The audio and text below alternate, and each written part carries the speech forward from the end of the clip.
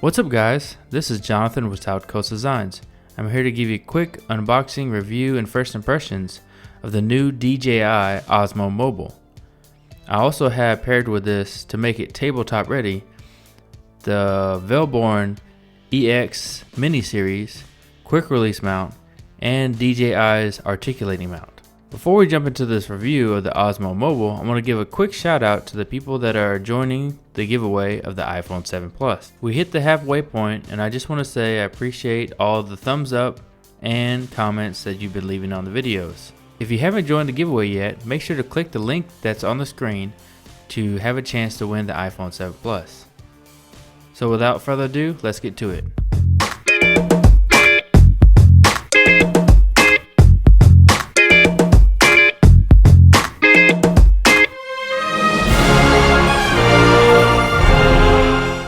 Finally here, the OSMO Mobile. If you watch one of my previous videos, you'll know that I got an OSMO Mobile that was a factory defect. That has since been resolved, so now here is the unboxing and review. Okay, so let's start this off with a quick release camera mount. This is just a generic camera mount. I like this one because it has the two bubble levels and the center level, and it was just a cheap camera mount. It was about $8.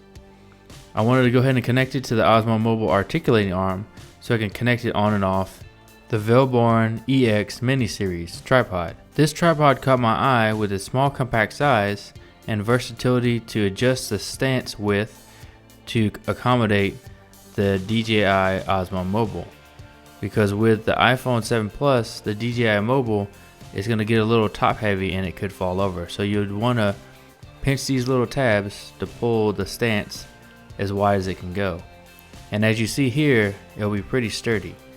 If you want to get an even wider stance, you can pull the other legs out to make it really wide. And with this wide stance, it can accommodate the OSMO Mobile and the iPhone 7 Plus, or any other DSLR cameras that are kind of heavy.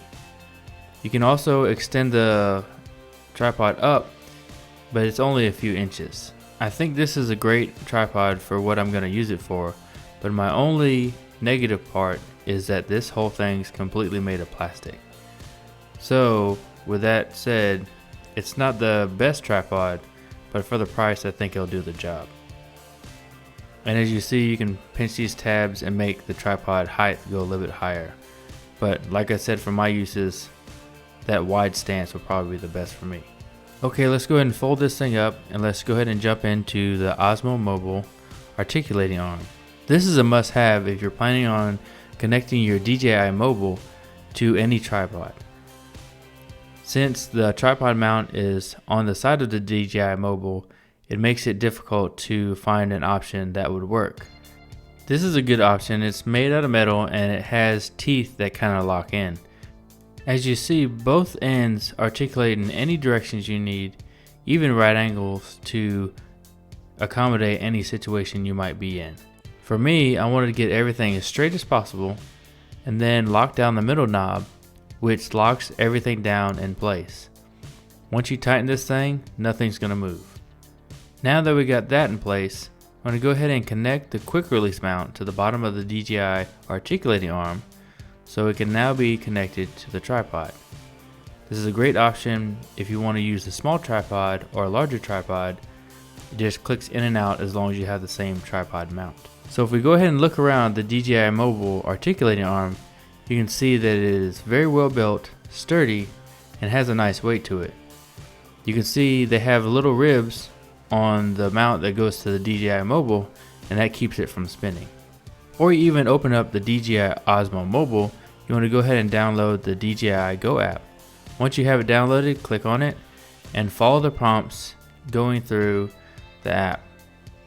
Once it opens up, you want to go ahead and swipe to Osmo and then click Mobile. After you do this, you want to go ahead and click on the top left and then go ahead and sign in your name, or if you haven't had one, create one. After that's all finished, then it's time to open up the DJI Osmo Mobile. As I had mentioned in the beginning of the video, I had a defective Osmo Mobile. I have since had that resolved, but this is the original unboxing. And if you haven't seen that video of the OSMO Mobile just flipping out, make sure to check that out in the annotation that I'll leave on the screen. But besides that, everything's fine now, and I have a new unit and it works great.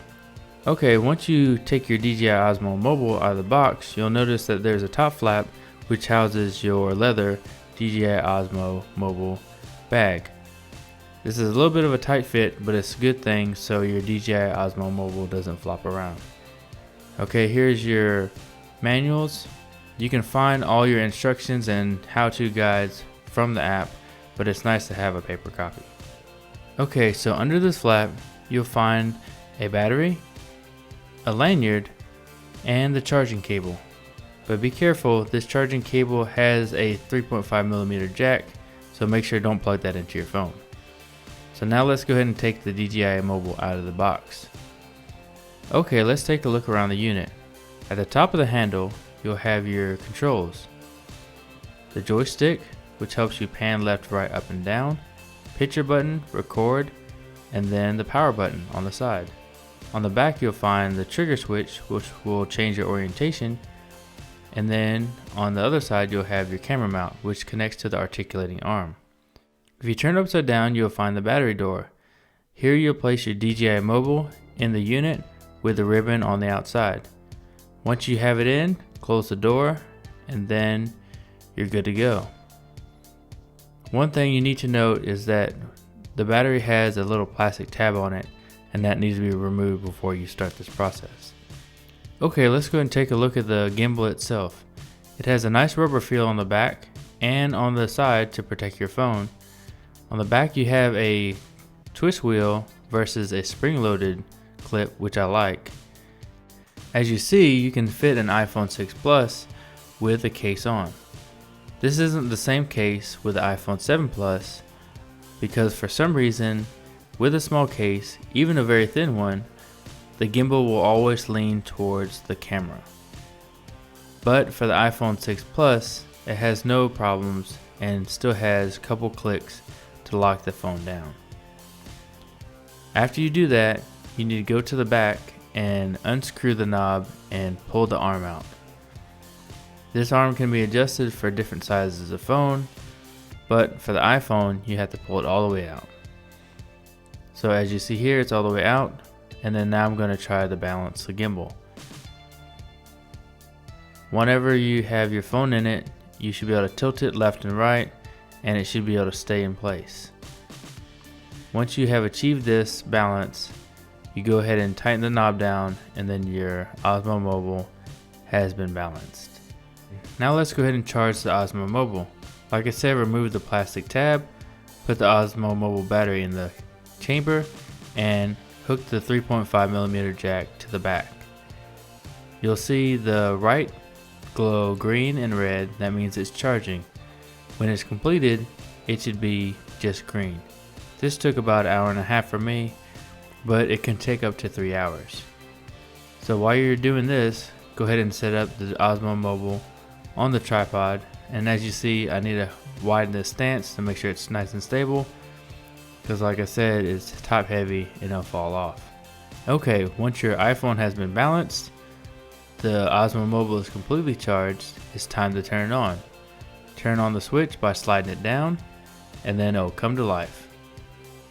Now it is able to be stabilized no matter which way you turn your hand, left to right, up, down, and it's nice and stable. Okay, if you notice on the bottom left, you'll see this yellow circle. This yellow circle is the focus, but if you click it, you have a green square, which is the tracking mode. This is the one that mostly interests me because this is the one that's different from everything else.